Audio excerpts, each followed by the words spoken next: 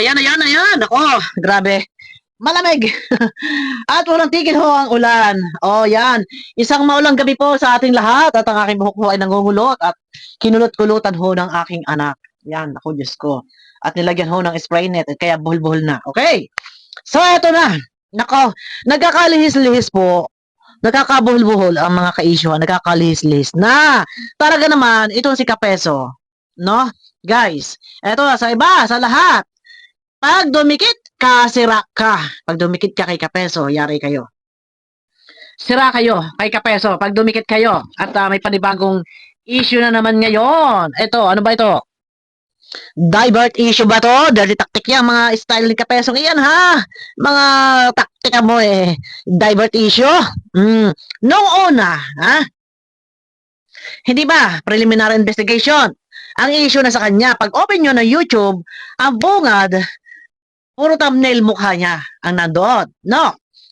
Ngayon, aba, Lunes preliminary investigation, Martes ng gabi, ay lihis na ang issue. Ano yung issue? Di umano, pasabog, bawal daw, kuno, dapat daw, walang boss, amo, manager, at hawak kay Beyonce. So, nawendak. Nagkagulo-gulo ang Team Guapa. At syempre, ang mga reactor naman dito, sa kabila, ay syempre tayo sumasaw-saw. Ano ho? So, ang lagay, ang laman ng thumbnail, ay puro mag-ina ni Beyonce. Oh. Mga pasabog ni Kapeso, bawal ganito, ganyan, ganyan, ganyan. Oh. Ngayon, isa linggong issue yan. Eh, kasalukuyan, na siya ay may kaso, siya ngayon yung napupuruhan. Nagkikalaban na niya ang mga tayo-gwapa. Nagkikalaban niya ang mga Team Gaga. Nagkikalaban niya ang gwapa. Na kung kailan na meron siyang kaso, sa halip sana, bagkus nga ay maging kakampi niya ang mga to. Dahil may kaso eh. Siyempre, kailangan niya na may kakampi. Wrong move. Wala, akala ko ba matalino? No? Kung matalino yan, dapat nasa kanya lahat ang simpatya ng tao. Bakit? Ang Team Guapa, kalaban niya. Ngayon, anong nangyari? Nagkawendang-wendang. Di umano, ang family. Ang pamilya Batalero ay signing off. Wala raw muna pinagkakausap. Di ba? So ngayon, para hindi ko alam kung mga strategy ito eh. Panibagong pasabog kay Carlito na tito, na pisa ni Andrea. Ayan na naman, in-interview. Ito yung sinasabi ko, pag dumikit ka, sira ka. Huwag kayong didikit. Bakit? Mababas kayo. Bakit? Tignan ninyo. Si Beyonce, todo tanggol. Hindi po siya masamang tao. Mabuti po siyang tao. Sa iyo. Pinagtatanggol ka.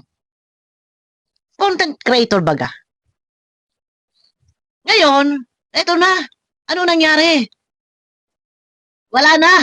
Nagkaribok, nagkagulo, nabas lalo ang mag-ina dahil de umano, kapag nakausap nyo ang magulang, ay marami kayong malalaman.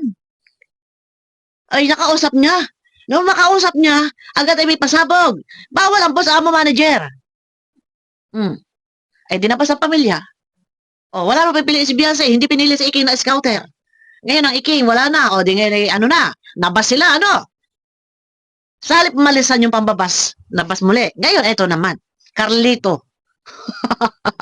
Sino si Carlito? Ang pinsan ni Andrea.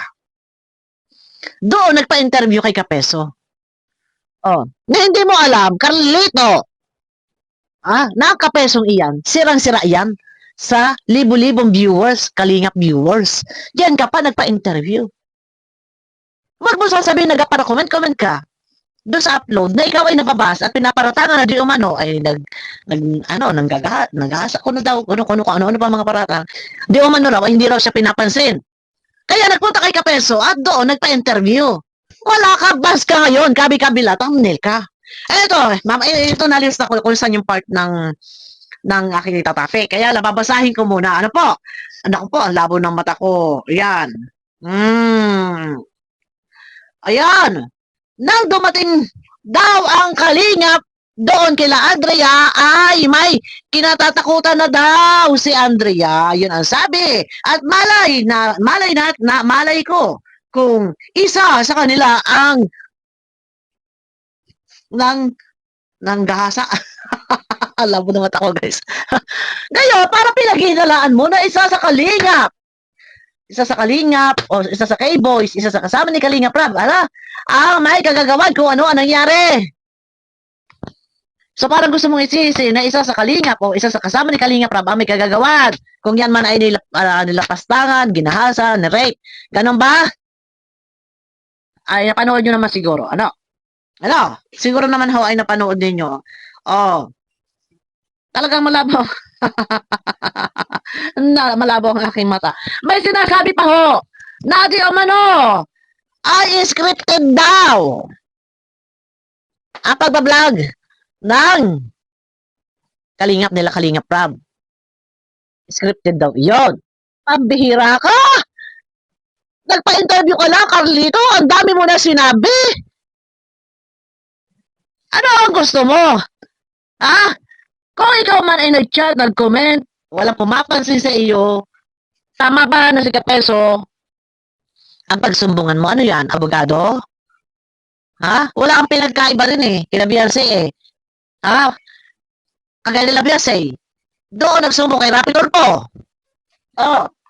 Ano? Reaction na ni Tulfo? Ni Tulfo hindi. Nabas. Ngayon, ikaw Carlito, doon ka nagsumbong kay Kapeso. Pambihira. Ano? Ano naman ang magagawa ni Kapeso? Ano naman ang may tutulong niyan sa iyo? Magagawa ba niya ng paraan na ma-actionan ka, mabigyan ka ng hustisya? Ano bang nilalaban mo? Wala kang pinagkaiba. Carlito, itong pinsan ni Andrea, wala kang pinagkaiba kay Beyonce. Bakit? Sa halip na puntahan sila Kalingap Rab, kung hindi mo makontak, kung hindi nangyayari pa sa'yo, o hindi na ipapansin ang comment mo, puntahan mo sa bahay. Andiyan lang naman kayo parting Bicol eh. Oh. Ganun lang iyon. Anong ginawa mo? Nagpa-interview doon. Ika-peso. O ano nangyari ngayon? Nabas ka, tuloy, kabi-kabila ka. Thumbnail. Ayon, lahat ng mga nahahawakan or nakaka-usap ni Kapeso nadudurog sa pambabas. Ayan ang napapala. Kaya pag dumikit ka, masisira ka talaga. O, tinanin nyo. Si Beyonce, tudutan ko.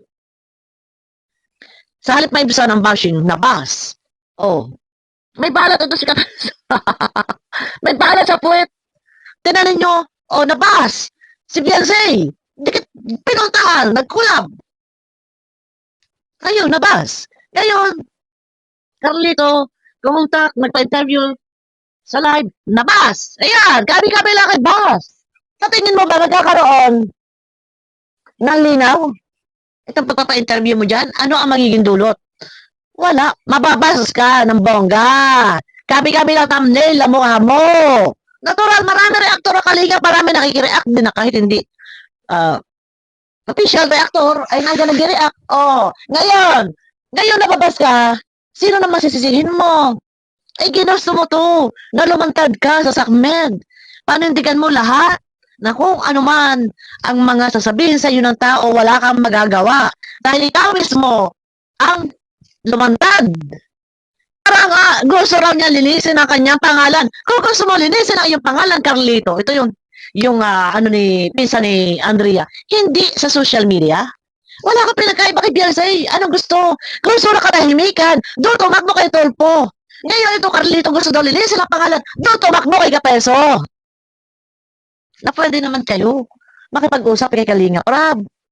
Puntahan na lamang kung hindi makontak at kabisi-bisihan, nag-i-edit o ano pa man ang ginagawa. Ganun lang iyon. Takbo ka ba naman kay Kapeso? O ano nangyari? Ano nangyari? Ano ang magagawa ni Kapeso ngayon?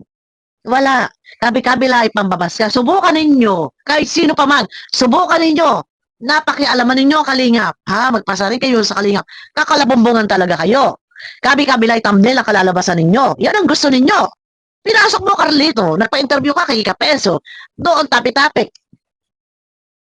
Ang Kalingap, si Andrea, yung scripted daw, gano'n. Oh, ay pwede mo naman kausapin, masansinan, mag-usap kayo. Hindi mo makontak-puntahan mo. Oh, ngayon, ikaw sabi mo, kakauwi mo lang. Ha? Galing ka ibang bansa. Ikaw pala ay nag-a-abroad. Si Andrea pala ay may pinsan na nag-a-abroad. Ano man trabaho nito? Ito man ay seaman, ito man ay doktor, ito man ay abogado, ano pa man yan. Ha?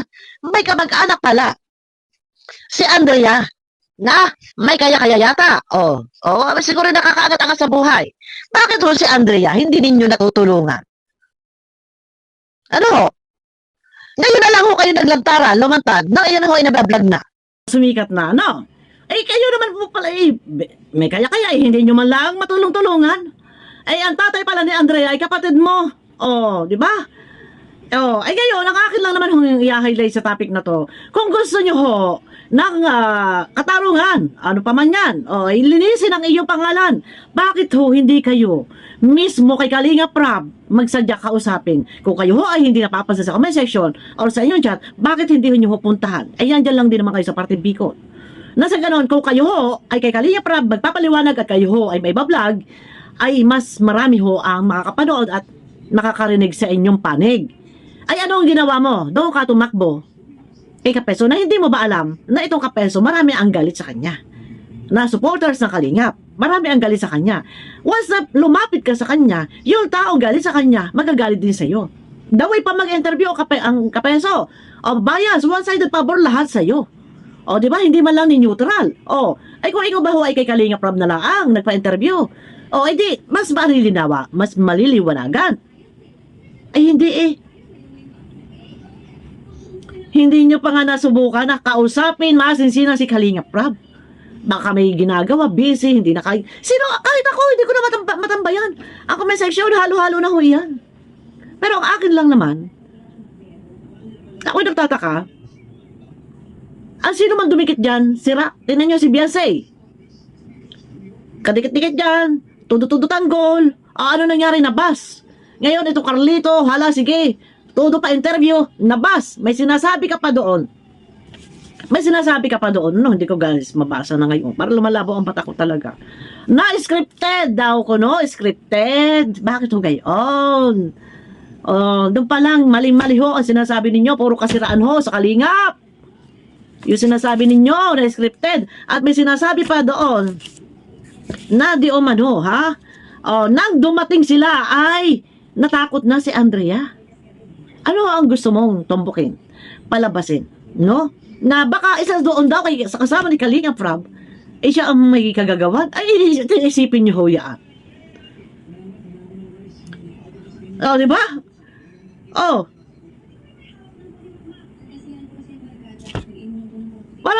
Parang hindi mo maganda ang iyong sinasabi dito. Nang dumating doon, natakot na itong Andrea. Bakit ho ganun? Na baka ang isa doon sa kasama, yun ang may kagagawa na ano ho. Ayan. Sige, dikit pa more. Baka meron pa dyan iba. Gusto dumikit kay Kapeso, dikit lang kayo. Wala. Lahat nandidikit dyan, mapapahamak. Kasakala tayo na social media, nasa YouTube tayo. Alam nyo naman na kung ano yung ginagawa niya, pambabati ko, sa Kalingap. So, ayan na nga, nakasuhan na nga. Hindi ba naisip nito ni Carlito? Na yung lahat ng mga galit sa kanya, maaaring magalit sa iyo. Gusto mo nung malinis ang pangalan mo, liwanagin mo. Ay bakit ka, hindi kay Kalinga Prab nagpa-interview? Nang mapanood niya, mablog. Nang maintindihan ng mga tao. Ay hindi doon ka pumunta kay Kapeso. Hindi ang napala mo, kabi-kabila thumbnail sa iyo. Isip-isip din. Di ba? Ako kanina, salita ng salita guys. Ay lobat ang aking mic. Ayun, so hindi na tayo nakapag-premiere. Abangan nyo na lang ako guys sa akin next video, no? At kanina inantok ako, so ayan, naghabol lang ako ng isang video. At kailangan ma-maintain ko lang po yung padalawa-dalawang video para nandyan, updated palagi sa inyo, no? May update ako sa inyo. Ayun na, hanggang dito lang muna guys, no? Mag-isip-isip kayo kasi itong kay Kapeso ito, mahilig siya na magpasabog maggawang issue. Isipin nyo ha, nang kay Beyonce, nabas. So ngayon dapat kung tutusin niya lahat ng mga kakampi niya di ba? Ang mga kalyado ni Beyonce, ang mga sumusuporta kay Beyonce, yung ang team gwapa kalaban niya. So divert issue na naman, panibagong issue ulit para matakpan, para hindi lagi yun at yun. Divert issue na naman. Ay nako, Diyos ko, dikit pa more. Baka meron pa dyan, tadidikit ka peso, guna-gunahin na hunin nyo, hanggat may bagyo pa, Nako, ayan. Abangan nyo na lang muna ako guys sa akin next video at parang nawala-wala ako sa focus, ayun, abangan nyo ako sa akin next video. Mega love shoutout po sa inyo lahat, pakiclick ng thumbs up guys. Carlito, sige pa-interview pa, may Kapeso, pa-interview ka pa itong tito, pinsan ni Andrea. Okay, bye-bye po, bye-bye.